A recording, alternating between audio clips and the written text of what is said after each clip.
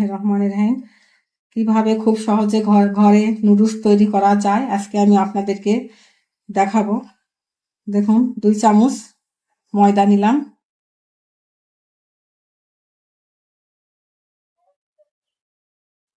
এরপরে সামান্য একটু লবণ দিব, সামান্য একটু তেল দিবেন, তারপর এটা মিশিয়ে নিতে হবে সুন্দর করে।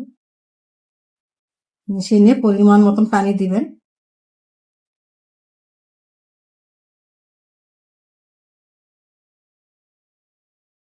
আস্তে আস্তে ধীরে ধীরে মাখাতে হবে, ধীরে ধীরে পানি দিবেন।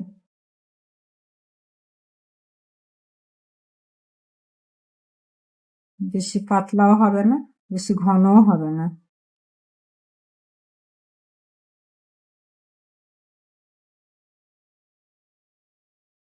চার 5 মিনিট আপনারা ফেটিয়ে নেবেন। ফেটিয়ে নেওয়ার পরে দেখবেন সুন্দর করে একটা মসৃণ হয়ে এসছে। সেম এরকমই হবে।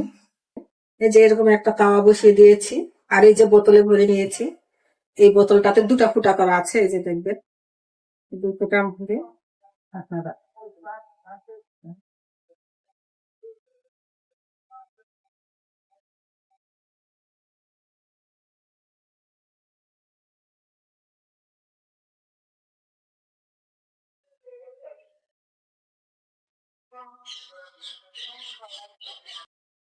আর 2 মিনিট পরে এটা দেখবেন যখন হয়ে যাবে, তখন এটা আমি যে শক্ত হয়েছে এটা উঠাই নিবেন। বেশ টাইম লাগবে না, 2 মিনিটে হয়ে যাবে।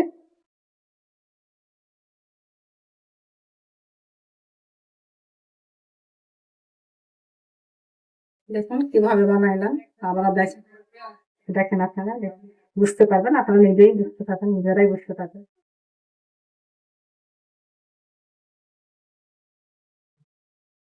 এই যেটা সাদা আছে, সাদা থাকলে আপনারা উঠাবেন না, কিন্তু সাদা সাদা আছে, যখন এই সাদাটা থাকবে না, এই কালার এসে যাবে, তখন আপনারা এটা উঠিয়ে নেবেন।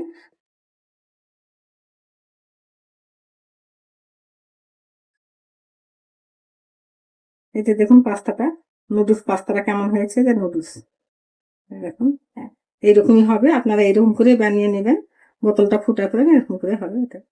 এখন আমি রান্নায় চলে যাব, রান্না করব, রান্নাটা আপনাদেরকে দেখিয়ে দিব।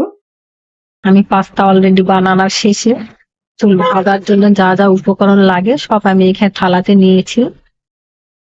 কড়াইয়ে সামান্য একটু বাটার দিলাম। বাটারটা গলে গেলে আমি এখানে দিব পেঁয়াজ,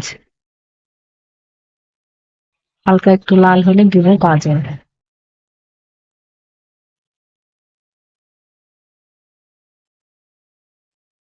গাজর টমেটো একসঙ্গে দিয়ে দিলাম, কাঁচামরিচ দিয়ে দিলাম, লবণ পরিমাণ মতন দিয়ে দিলাম।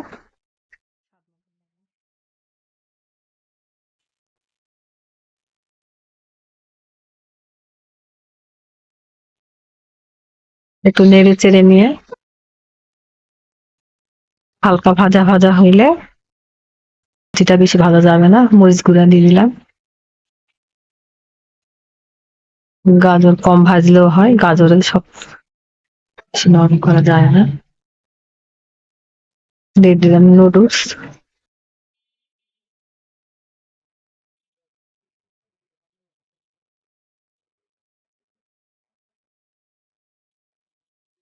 আস্তে আস্তে নাড়তে হবে।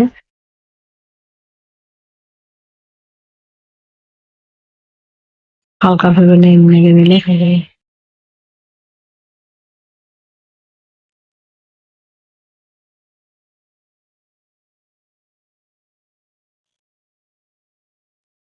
সয়া সস একটু 1 চামচ সয়া সস দিব।